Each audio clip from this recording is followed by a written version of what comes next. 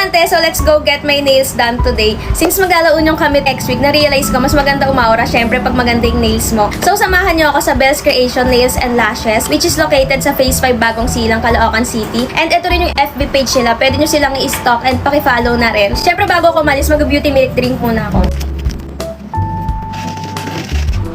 So, dumating na nga ako dito sa kanilang studio and meet Miss Belle, our nail technician for today's video. Meron din pala silang free coffee and snacks dito sa gilid. And ito rin pala yung price list nila. Post nyo na lang tong video so you can check it further. So, ito pala yung design na gagawin sa akin ni Miss Belle, Super Bet. So, ayan, nag-start na po si Miss Belle gawin yung nails ko. And FYI, 3 to 4 hours pala yung time range sa pagpapa-nail extensions. Kaya if magkasama kayo ng jowa, wala ka no, or charis. And finally, after 3.5 hours, ito na yung final look ng nails ko. Minsay natuwa ang may likha, ditong 50 ang ginawa, piliin mong nanay.